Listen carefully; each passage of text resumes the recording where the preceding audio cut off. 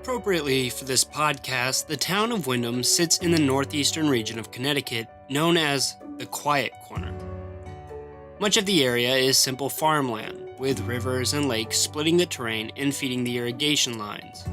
But between the streams and sprawling rows of growth, a quirky heritage has been buried and recently embraced by the town.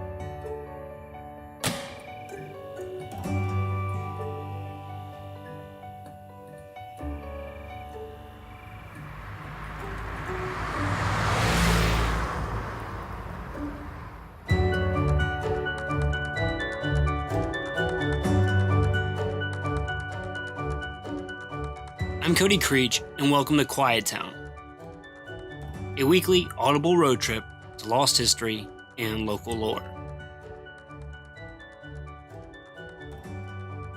Where Route 66 and Route 32 connect in Windham County, a bridge spans the Willimantic River. And for the most part, the bridge is forgettable. And I don't mean this as an insult. After all, in 2002, the Thread City Crossing Bridge, as it is called, would be awarded an honorable mention from the Federal Highway Administration for excellence in highway design. But to us common folk who may not understand the engineering specifics that go into constructing a simple compression arch bridge, it's a fairly standard 476-foot, 4-lane crossing. But I wouldn't waste my energy creating a report on a bridge if there wasn't something unique drawing people to it. To start, there are large concrete spools sitting on each of the bridge's support pillars, 8 of them altogether. And to the untrained eye, these may even go undetected. I mean, they're just gray forms sitting on other gray forms. But these spools are not hard to explain, for in the mid-19th century, massive mills sat on the banks of the Willimantic River. For a bit, the region even held the record for the largest textile mill in the world. And once the town grew to its peak, Windham was spinning out over 50,000 spools every single week. Those decorative spools that are part of the bridge are just little bits of retained history, influences of the town making its way back into the infrastructure. But the eye catcher is not these spools, it's what's on top of them. Frogs. 4 of them, actually. 11 feet tall and patinated copper. Their legs spill off the side and their gullets sag down below the extended frowns of their mouths. Their eyes shine gold, large and buggy.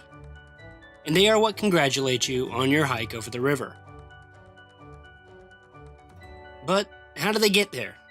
Or maybe a better question, why are they there? To answer that, we have to go back to the mid-18th century. So let's go back. Mid-June, 1754.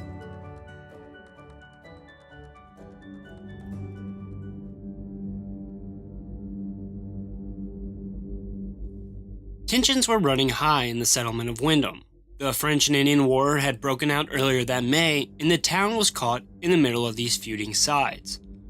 Although Windham stood at a place of neutrality in the battle, it wasn't uncommon for the fight to spill over onto innocent bystanders. The fear of possible collateral damage was paired with a worry brought on by an extended drought. Crops of the farming community were now at a threatened level, and this escalated the tensions even further. For even if they made it out clean between the crossfire, the threat of starvation was still looming. Shortly after midnight on a hot, muggy night in June, residents of the town awoke to hideous sounds piercing through the fog. Townsfolk clamored as they awaited their fates. Was it the war cry of Indians bearing down on their little village?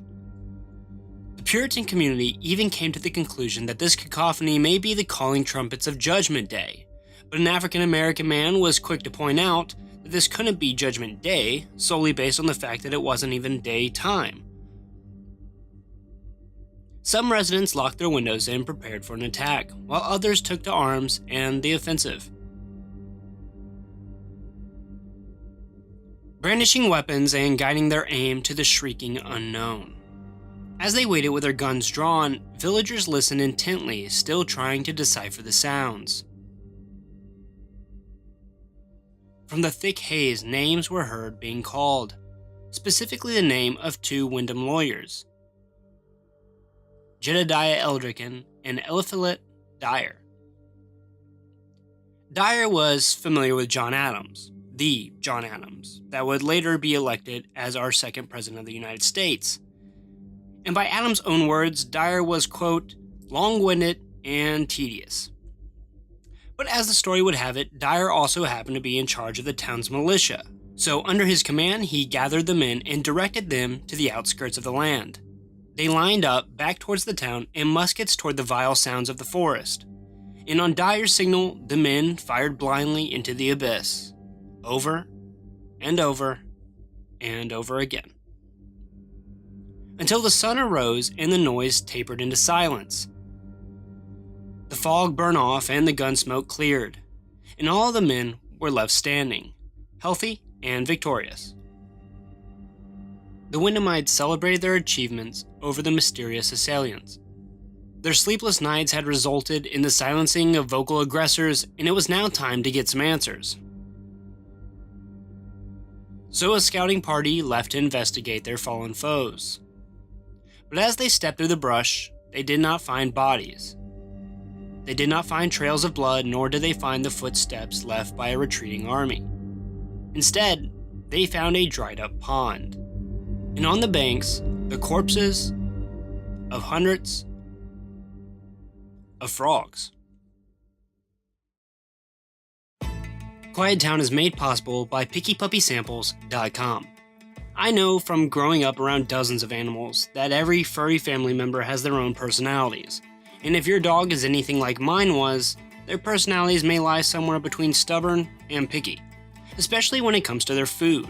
My dog wouldn't eat half of the foods we put in front of him, and because of this, we would end up spending hundreds of dollars on large bags of specialty food, only to throw them away when our dog turned his nose in disgust.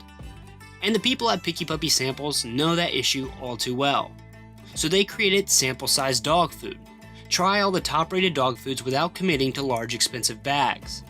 The samples range from puppy to specialty, and their individually packaged bags allow for easy transport. So if you travel often or live a life on the go, their small sealed packaging are tailored perfectly for your lifestyle. Right now, they are running a special offer specifically for our Quiet Town listeners. You get 2 free mystery samples at checkout by entering the promo code QuietTown. That is the promo code QuietTown at checkout when shopping at PickyPuppySamples.com.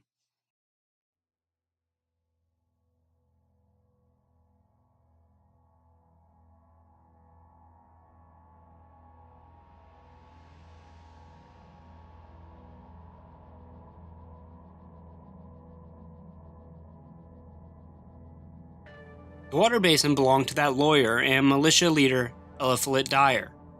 And because of the extended drought period, the pond had been limited to just a puddle.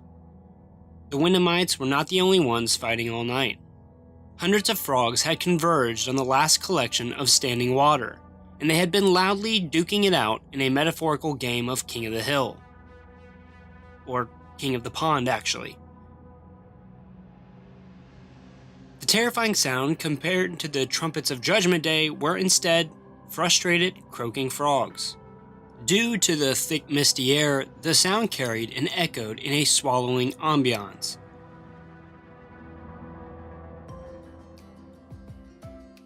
The embarrassing truth spread to beyond the city limits quite quickly, and the town of Windham became the butt of dozens of frog jokes. The notorious Windham militia was renowned for their triumphant victory over the diabolical amphibious antagonist, and so on the teasing continued. But the town embraced it, and wove it into their identity. After the American Revolution, the Windham Bank printed their banknotes with an image of a frog standing over the body of a belly-up frog. Eventually, the town's seal incorporated a frog into its design.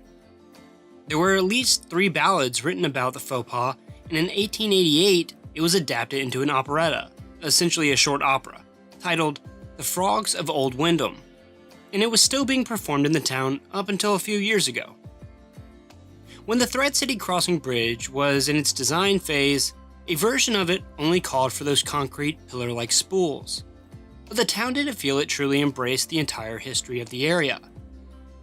It was only when the design was revised with the copper frogs crouched upon their spool-like thrones that the town gave the okay. The pond where the battle took place is still around.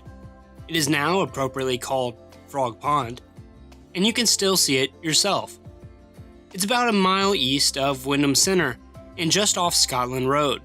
Just look to the left as you cross Indian Hollow Brook and pay tribute to those thirsty souls who lost their lives.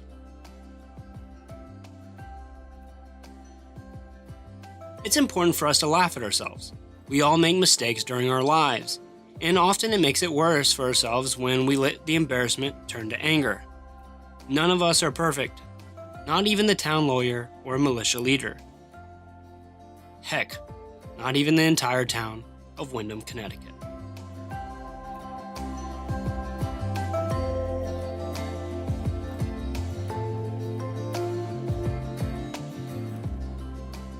This episode of Quiet Town is written and produced by me, Cody. But the stories don't have to stop here.